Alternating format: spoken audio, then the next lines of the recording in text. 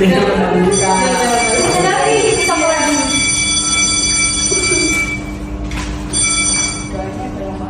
Oke, baik teman-teman, sebelum kita memulai kajian kita pada pagi hari ini, ada baiknya kita berdoa terlebih dahulu menurut agama dan kepercayaan masing-masing. Berdoa dengan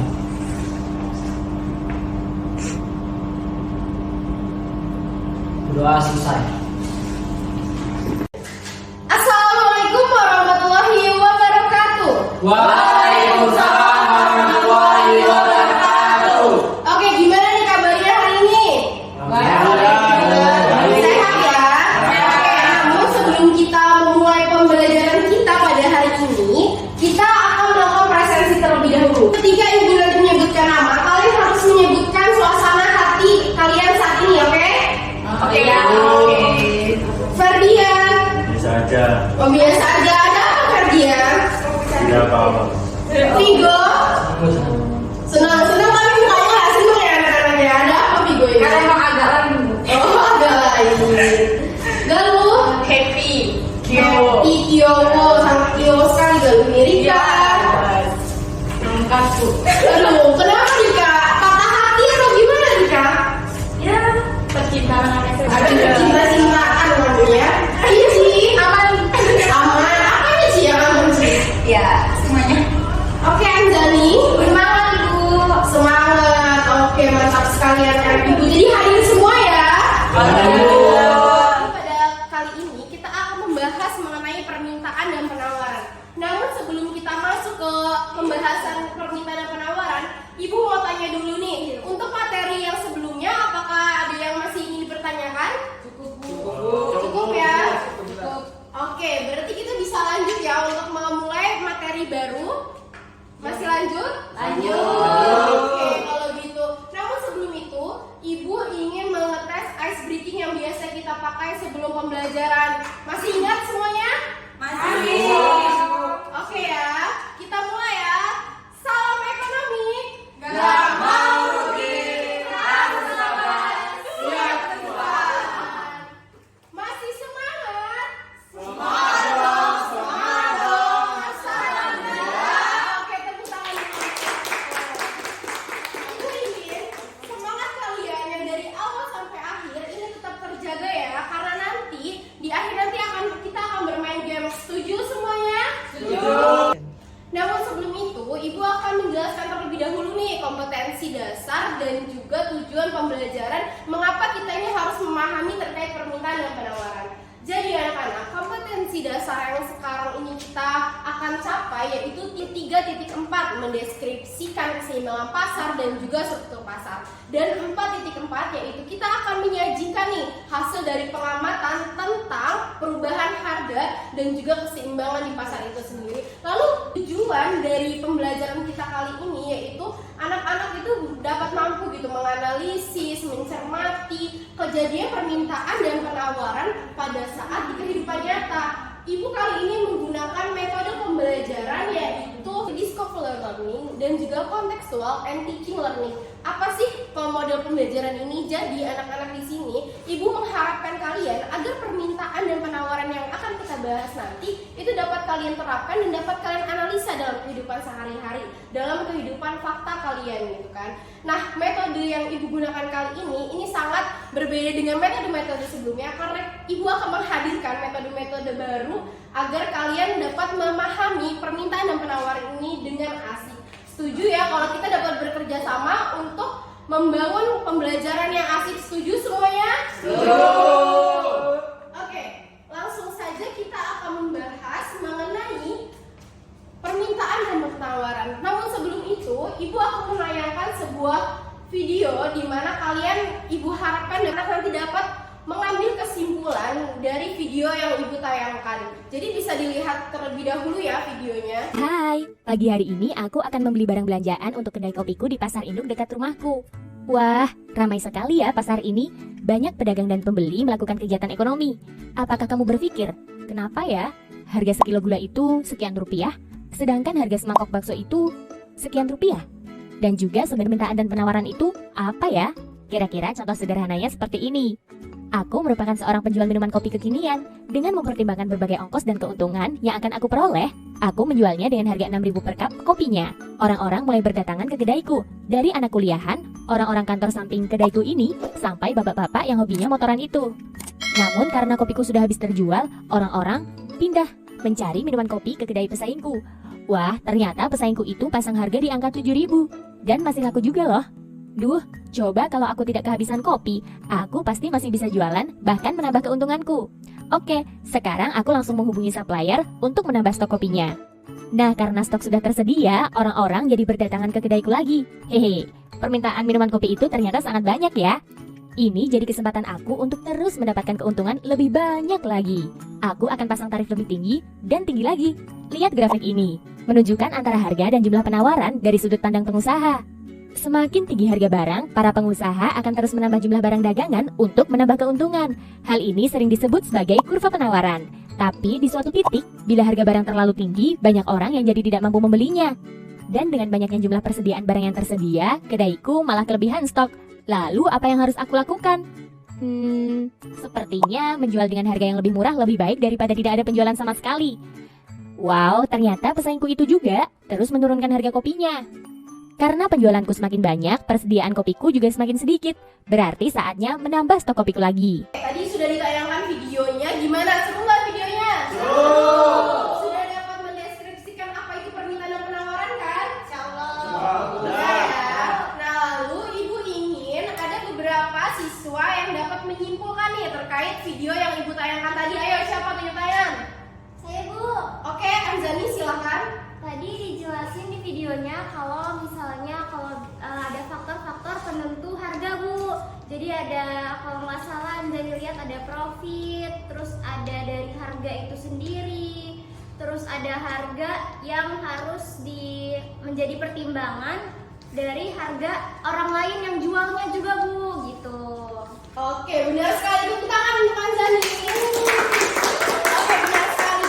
Jadi anak-anak, di dalam video ini sangat sudah tergambar jelas ya bagaimana itu ketika produsen itu menentukan harganya, apa saja pesaing-pesaing yang ditentukan oleh produsen itu, kenapa dia menurunkan harga, mengapa dia itu menambah produksinya, itu juga sudah terlalu jelas. Ini Anzani memulai pembelajaran dengan sangat baik, dengan sangat semangat, dan Ibu harapkan dan Cici, Galuh, Ferdian, Vigo, dan Rika itu mampu menambah semangat lagi untuk menanggapi pertanyaan-pertanyaan yang Ibu lontarkan. Siap semuanya? Siap! Oke, kita langsung masuk saja ya ke materi, yaitu permintaan dan penawaran. Oke, permintaan dan penawaran. Kita membahas dulu tentang pengertiannya. Apa sih itu permintaan? Apa sih itu penawaran? Secara singkat, anak-anak, jadi kita bisa membedakan permintaan dan penawaran ini adalah permintaan itu subjeknya adalah konsumen, sedangkan penawaran ada subjeknya adalah produsen. Kalau permintaan itu subjeknya konsumen, kalau penawaran itu subjeknya produsen. Benar sekali. Nah, jadi gini, kita akan membahas terlebih dahulu permintaan. Jadi permintaan merupakan sejumlah barang yang akan dibeli atau diminta pada tingkat harga tertentu dan dalam waktu tertentu. Jadi konsumen ini akan meminta ataupun membeli si barang itu tersendiri, itu namanya permintaan. Kita pernah membeli sebuah barang yang ingin kita butuhkan, itu jadi disebut dengan permintaan. Nah, lalu kita membahas mengenai penawaran ya anak-anak. Penawaran ini berbeda dengan permintaan. Penawaran ini merupakan sejumlah barang yang ditawarkan pada tingkat harga tertentu dan juga dalam waktu tertentu. Tadi kalau misalkan permintaan itu yang diminta, kalau penawaran itu yang ditawarkan. Iya, benar sekali. Terkait permintaan dan penawaran masih ada yang ingin ditanyakan? Insyaallah cukup ya. Oke, kita lanjut ke faktor permintaan. Selanjutnya kita akan membahas mengenai faktor-faktor yang akan mempengaruhi permintaan dan penawaran. Namun sebelum itu kita akan membahas mengenai permintaan terlebih dahulu. Yang pertama, itu harga barang itu sendiri. Harga barang itu sendiri dikatakan mempengaruhi permintaan karena ketika itu harganya mahal, permintaan akan menurun. Karena kita mau belinya dengan berpikir ulang gitu ya, apakah ini cocok untuk kita beli jika harganya mahal gitu. Nah, yang kedua adalah harga barang komplementer. Ada yang tahu nggak apa itu harga barang komplementer? Ayo Ipan. Ya. Ya silakan Vigo. Nah, jadi harga barang komplementer itu bisa juga disebut jika suatu barang itu tidak akan memiliki nilai yang berguna jika dikonsumsi sendiri. Jadi harus ada pasangan gitu, Bu. Benar sekali kata Vigo. Tepuk tangan dong untuk Vigo. Jadi anak-anak, barang komplementer ini yang tadi dijelaskan oleh Vigo, dia adalah barang yang tidak boleh sendiri gitu. Artinya nggak boleh jomblo gitu ya Vigo ya. Jadi ini harus memiliki pasangan. Barang ini dia tidak bisa berfungsi dengan baik gitu jika tidak ada pelengkapnya gitu. Faktor yang ketiga yaitu harga barang substitusi, adalah harga barang pengganti. Jadi ketika barang yang pertama ini tidak ada, maka masih bisa digantikan dengan barang lainnya yang memiliki fungsi yang sama gitu ya anak-anak ya. Nah yang keempat adalah selera konsumen. Karena tadi permintaan adalah subjeknya adalah konsumen. Nah maka itu selera konsumen ini merupakan faktor yang sangat mempengaruhi permintaan gitu. Nah jadi karena apa yang kita inginkan, selera kita itu akan mempengaruhi permintaan yang akan ditingkatkan oleh seorang produsen itu sendiri untuk memproduksi barangnya. Nah yang kelima, pendapatan. Karena ketika pendapatan ini kita tinggi, kita mau beli apa aja itu pasti enak gitu ya. Ketika kita banyak uang, permintaan kita itu pasti meningkat. Pengen beli ini, pengen beli itu. Tapi ketika pendapatan kita berkurang, untuk membeli sesuatu pasti akan memikir ulang. Jumlah penduduk di Indonesia itu sangat banyak gitu. Jadi biasanya permintaan pada barang di Indonesia itu juga meningkat karena banyaknya kebutuhan tadi yang kita telah bahas.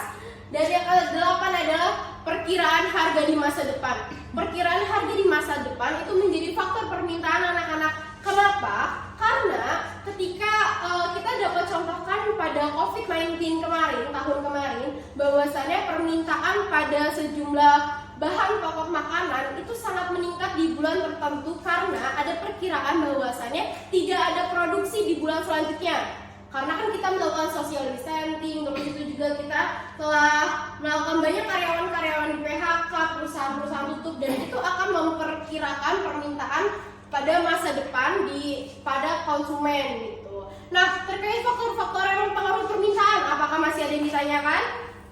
Cukup ya. Oke, sekarang kita lanjut mengenai faktor-faktor yang mempengaruhi penawaran. Faktor-faktor yang mempengaruhi penawaran. Yang pertama adalah biaya produksi. Nah, yang kedua, harga barang itu sendiri, yaitu perkiraan harga di masa depan. Yang keempat adalah harga barang pengganti. Yang kelima adalah kebijakan pemerintah. Nah, yang keenam adalah kemajuan teknologi. Kemajuan teknologi ini tidak bisa dipisahkan. Bahkan produsen-produsen itu harus melihat peluang-peluang teknologi dan kemajuan-kemajuan teknologi yang ada. Nah, yang ketujuh yaitu tentang jumlah produsen. Ini kita akan membahas mengenai hukum permintaan dan penawaran. Namun sebelumnya, apa sih yang terbenak dalam benak kalian ketika kita berbicara mengenai hukum? Dasar, peraturan, landasan. Oke, semuanya benar. Jadi anak-anak, hukum permintaan dan penawaran kali ini adalah sesuatu yang akan menetapkan atau menjadi dasar kita untuk bisa melihat apakah itu permintaan atau penawaran. Nah, yang pertama kita akan membahas mengenai hukum permintaan. Bunyinya seperti ini: ketika harga suatu barang meningkat, maka jumlah permintaan barang tersebut akan menurun.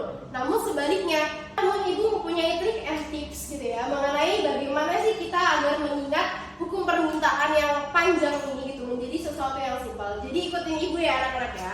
Kita bisa melihat bahwasannya P itu dianggap sebagai harga, sedangkan Q itu dianggap sebagai barang. Dapat dipahami? Oke, jadi gini, ketika P naik maka Q turun, dan ketika P turun maka Q naik. Dipahami? Oke, kita bareng-bareng ya semuanya. Jika P naik maka Q turun, jika P turun maka Q naik. Oke, dapat dipahami semuanya? Kita akan membahas mengenai hukum penawaran. Jadi kita langsung saja kaitkan dengan P dan Q. Ikutin ibu ya semua ya. Jadi jika P naik maka Q naik, jika P turun maka Q turun. Oke, dapat dipahami semuanya? Rupanya di sini anak-anak kita bisa melihat bahwasanya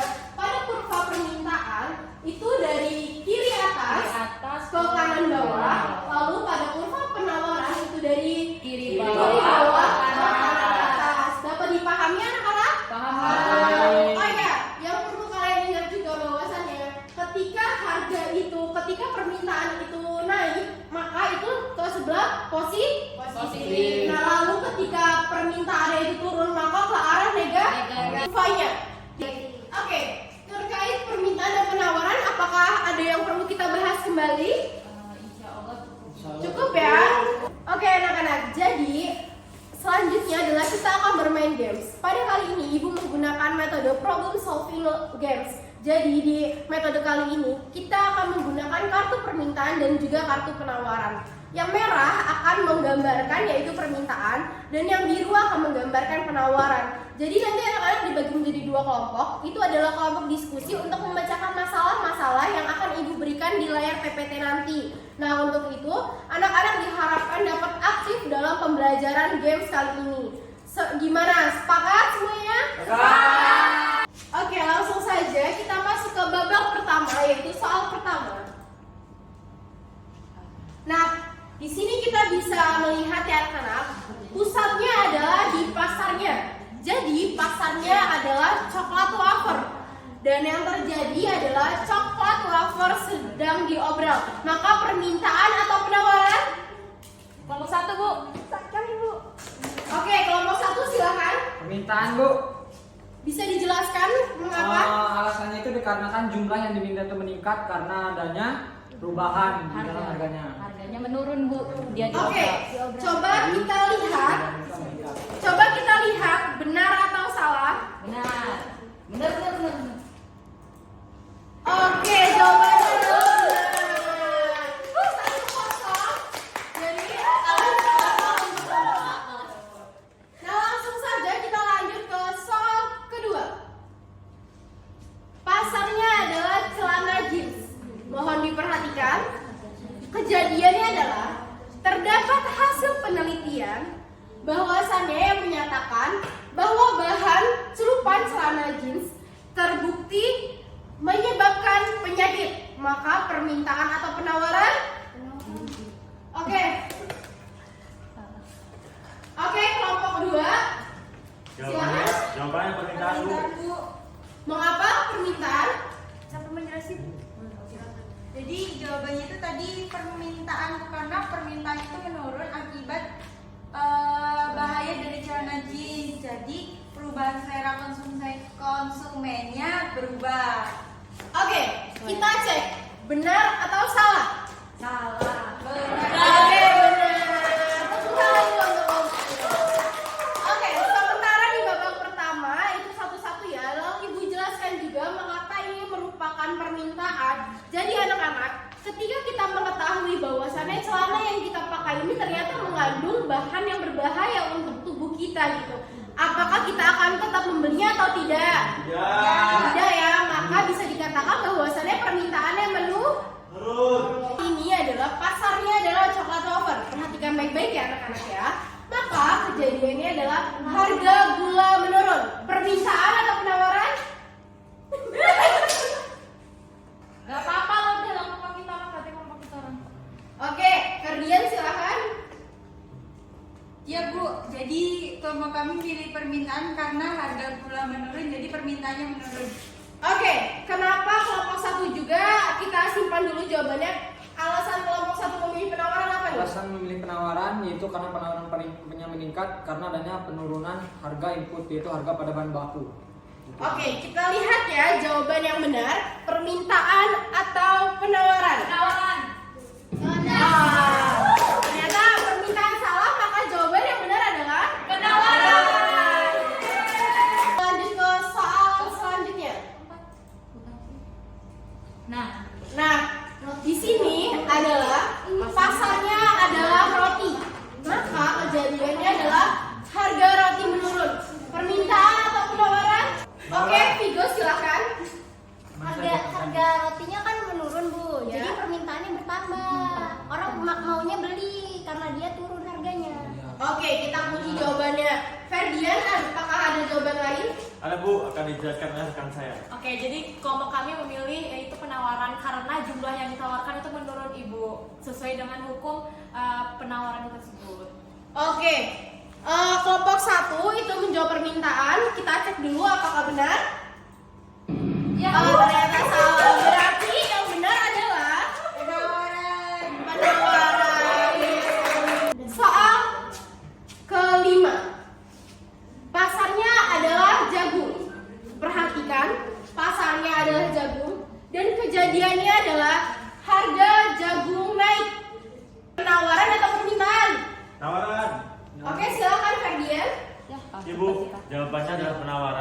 naiknya pasaran jagung, sedangkan harga jagung naik. Jadi berdasarkan hukum penawaran, jika harga naik maka penawaran juga naik, Bu.